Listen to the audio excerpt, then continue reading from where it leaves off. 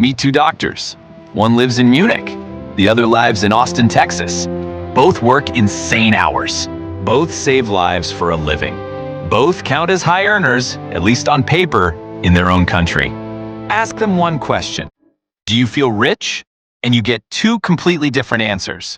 The American feels comfortable, maybe even a little wealthy. The German feels stuck. And if you're watching this from London, Toronto, or Sydney, yeah, you already know this feeling too. It's not just a European thing. Same skill, same hours. So why does one of them feel rich and the other doesn't? That's what we are getting into.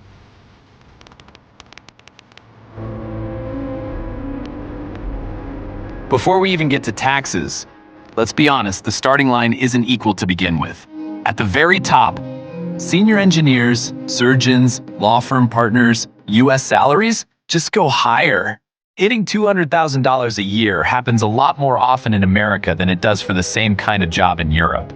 But most high earners aren't in that top 1%. So let's look at a more normal case. Here's something even a kid understands. Money you see isn't the same as money you keep. Say you mow a neighbor's lawn for $10. Your mom takes $4 for savings, chores, tax, whatever. You're left with $6. That $6 is the number that actually matters, not the $10. Actually keep. The European jar loses far more coins on the way down. Now scale that up to two adults doing well. Not spectacularly, just solidly well. A software engineer in Amsterdam might earn 80,000 euros a year. Sounds great. After income tax, social contributions, and healthcare deductions, though, she keeps roughly 48,000 euros. A software engineer in Seattle earning the equivalent about $95,000 keeps closer to $72,000 after tax. Both of them are good at their jobs.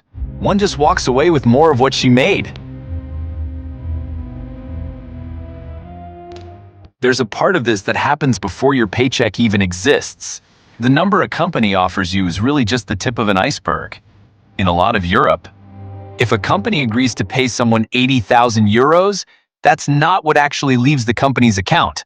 On top of that salary, they are often paying extra into a pension, health insurance, unemployment insurance. So some of that missing money was never yours to begin with. It got redirected before the job was even posted. Now add what actually does come out of your paycheck, income tax, your own pension contribution, your own health contribution. Economists have a name for that whole gap, employer side and employee side combined. The tax wedge?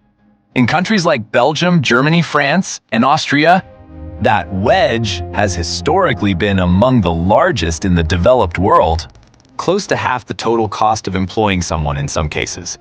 In the US, for a single average worker, it tends to be one of the smallest among wealthy nations, often closer to a quarter or just under a third. Two icebergs, very different sizes under the waterline.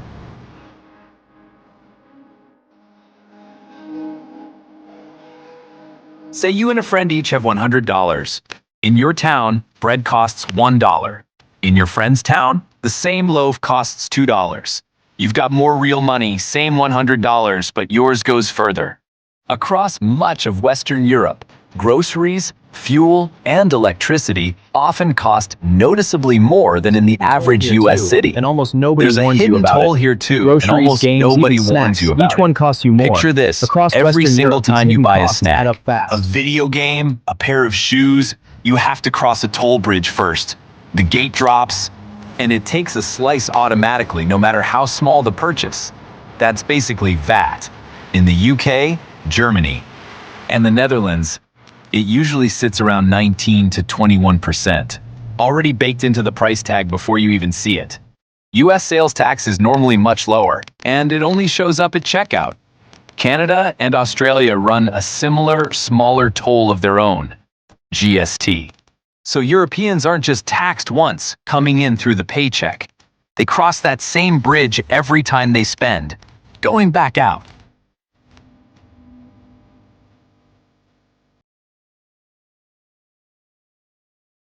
Now, the biggest money eater of all, housing. In a lot of US cities, outside places like New York or San Francisco, a decent house is still within reach relative to income. London, Amsterdam, Munich, Not so much. Sydney's arguably worse. Housing there is some of the least affordable on the planet relative to what people earn. Canadians know this story too. In Toronto and Vancouver, prices have been outrunning paychecks for years. It's like climbing a ladder where someone keeps adding a rung above you every time you take a step.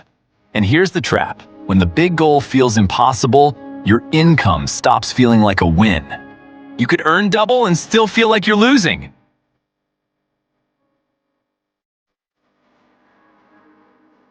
But here's where things flip. That tax money from part one didn't just vanish. It went somewhere. In most of Europe, it pays for free or low-cost healthcare, cheap or free university, paid parental leave, a real safety net if you lose your job. In the UK, it's the NHS, free at the point of use, funded through national insurance. A completely different deal from private premiums, deductibles, and surprise bills. One bad diagnosis or one kid's tuition bill can undo years of American saving. The European doctor hands over more upfront, but rarely worries about a single bill wiping out her savings.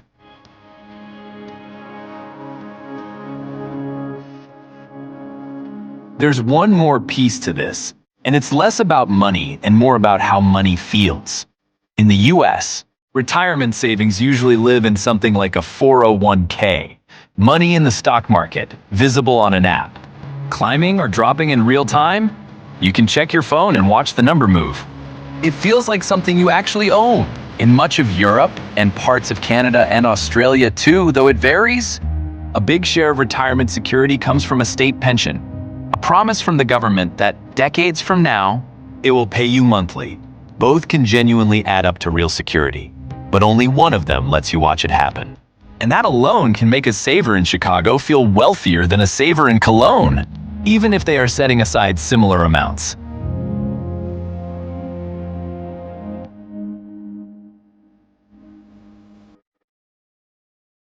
Here's one that surprises people. A big chunk of why American life looks richer isn't income, it's debt.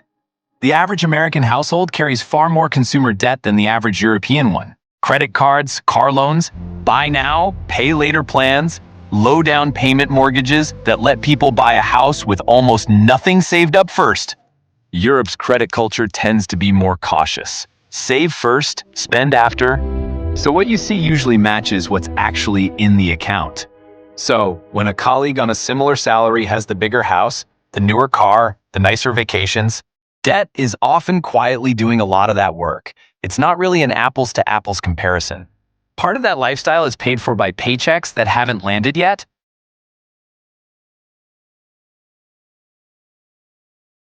Here's the part that actually matters most. Feeling rich or poor almost never comes down to the number in your account. It's about comparison. Say you've got 5 toys. You're happy until a friend shows up with 10. Suddenly your 5 feels smaller, even though nothing about them actually changed. There's a decent way to picture what happens next. Call it the happiness treadmill. You get on, you start running. Earning more, buying more, but you stay in the exact same spot.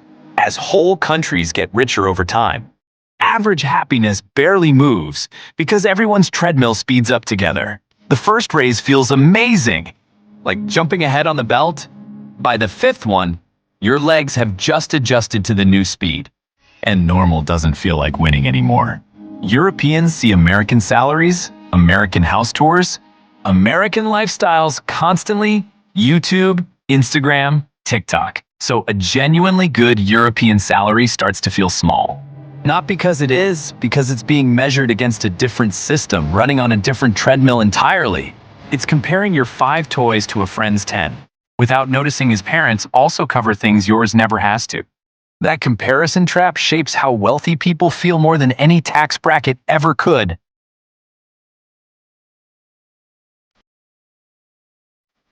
So, back to our 2 doctors. The American has a higher ceiling, more cash flow, more flexibility, but more risk, and maybe more debt quietly working in the background. The European has less take-home pay, but more security, and a lot less fear of one bad year wiping everything out. High earners in Europe don't feel poorer because they are poorer. If this changed how you think about being rich, good. That's kind of the whole point of this channel. Subscribe to Think Money. We break down the hidden systems behind how money actually works.